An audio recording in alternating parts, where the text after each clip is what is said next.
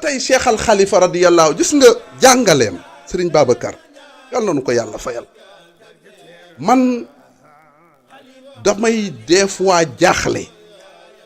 ci façon njàngaleem damay wax ni nit ñi est-ce que ñu ngi yër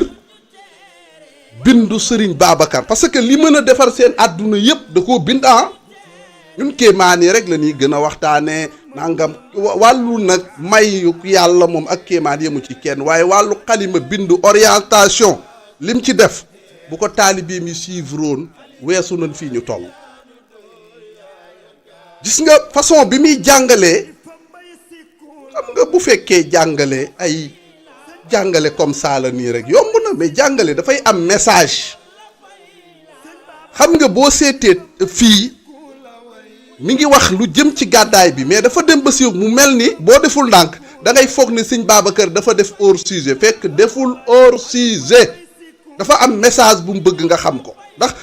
la ca topp daf ne ak dabbu kallamuhu dafa ne mbëtt ma wax naa ko yonent bi yu xaw yi muy dëgëral risaalatuhu risaala yonent bi ak dabbu kallamuhu waaw mu ne mbëtt ma wax naa ak yonent bi mais mbëtt ma wax naa ak yonent bi loolu lan mooy message bi